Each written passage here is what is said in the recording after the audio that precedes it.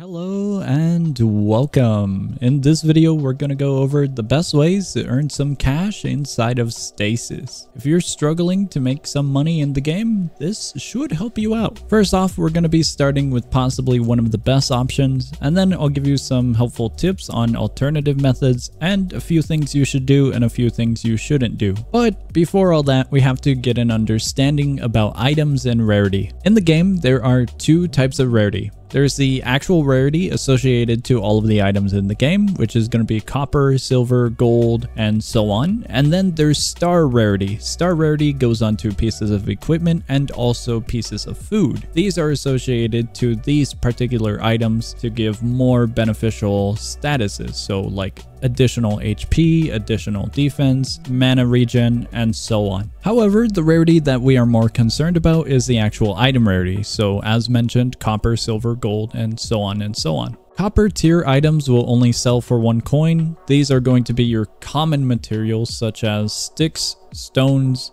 spider web, and so much more. Silver tier items are going to be materials that are a little bit higher, a little bit better, so things like aluminum and gold. Gold tier items are going to be even more rare items such as frost cores and quartz, and anything above gold tier you're gonna want to save, honestly. Anything else is gonna be really valuable to the point where you are better off keeping it and trading it rather than selling it. Now that we have a good understanding about the rarities inside of the game, we can actually go out and find some items that have a good value but also aren't a pain to accumulate. The first method, as mentioned, is going to be one of the best methods. That is going to be stars and stardust. If you are already familiar with the game and you've made some great progress, you should be able to get your hands on some glass. Better yet, bottles. Bottles are going to be very valuable for this method. You're going to need a large amount of them, and then you're going to go to the first world. And next to the dungeon door, you're going to want to go to the meteor site. Over at the meteor site, you can kill the 2 enemies, star fragments and the little starbies,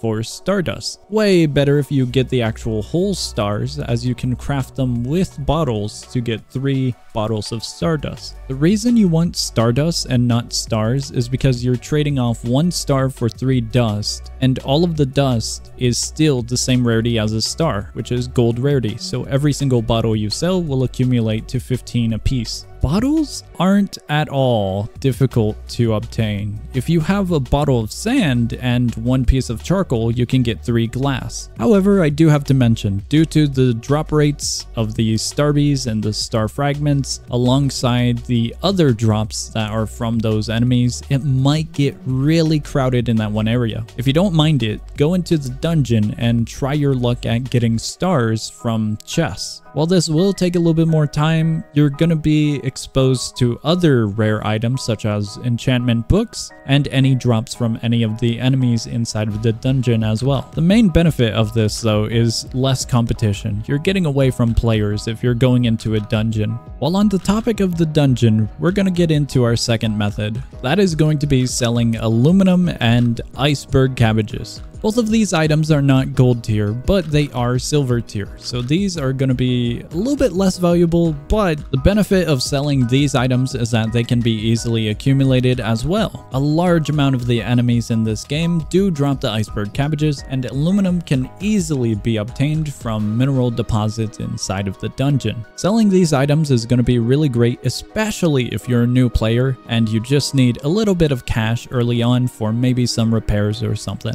Alright, lastly, we're going to be talking about food. Food has star rarities, similar to equipment. This is going to be playing a major part. Food is a little bit tricky. You got to consider some loss and some gain. I say this because not all food is profitable when you craft it. A large amount of food should be used for consumption to get some statuses, some increase in movement speed, health regen, and so on and so on. However, that doesn't mean you shouldn't try to profit off of it. First off, the best piece of food that you can craft is going to be cherry soup. Cherry soup takes 4 cherries to make 1 soup bowl. However, if you get a soup bowl with no stars, you lose out on 1 coin. It isn't a major loss, but now here's the fun part. If you get 1 star, it increases by 5. Every additional star, it'll increase by 5 once again. Food items have a maximum of 5 total stars. So if you do get 1 soup bowl, that is worth 28 total coins if it has maxed out stars. From a starting point of 4 coins all the way up to 28, that is a major profit gain. On the flip side, a lot of other crafting recipes for food items are going to be a huge loss, especially if you dive into something like burgers, which require milk but can only be gained for 50 coins over at the shop. I mentioned this because at the beginning, one of the very first food items you can craft are snow cones. However, snow cones require a huge amount of materials. Due to this, I would recommend only crafting this item if you're going to use it during a dungeon for health reasons. And that is pretty much everything. The only thing remaining is selling off extra materials such as stones and sticks if you have hundreds of them, or selling schematics that you've already gained such as the wall rune or laser sword. I hope this video was very helpful, and that is gonna be all. I will see ya.